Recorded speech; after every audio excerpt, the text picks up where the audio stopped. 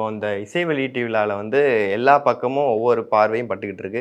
குறிப்பா வினோத் வந்து யாருமே பெருசா கண்டுக்கலையா? அந்த மாரி தான் இருக்கு. இல்ல வினோத் வந்தோனே மேடையில அவர் தான் முதல்ல ஏறுனாரு. முதல்ல ஏறி அவர் தான் ஒரு வணக்கம் போட்டு உட்கார்ந்தாரு. எப்பயுமே வினோத்த பொறுத்தவரைக்கும் பெருசா பேச மாட்டாரு.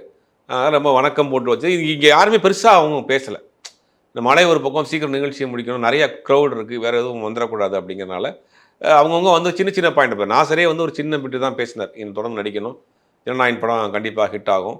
அப்படி வாழ்த்துக்கள்" அப்படிங்கிற மாரி ஷார்ட்டா முடிச்சுட்டாங்க. எல்லாருமே சின்ன சின்ன வார்த்தையில தான் சின்ன சென்டென்ஸ் தான் பேசினாங்க. Okay sir. இப்போ படம் ஆரம்பிச்சதுல இருந்து ஒன் லாஸ்ட் டைம்ன்ற அந்த ஒரு ஹேஷ்டேக் வந்து பயன்படுத்திக்கிட்டே இருந்தாங்க. இப்ப இந்த ஆடியோ லான்ச்சுக்குமே one last time audio launch, one last time குட்டி ஸ்டோரிங்க மாரி சொல்றாங்க.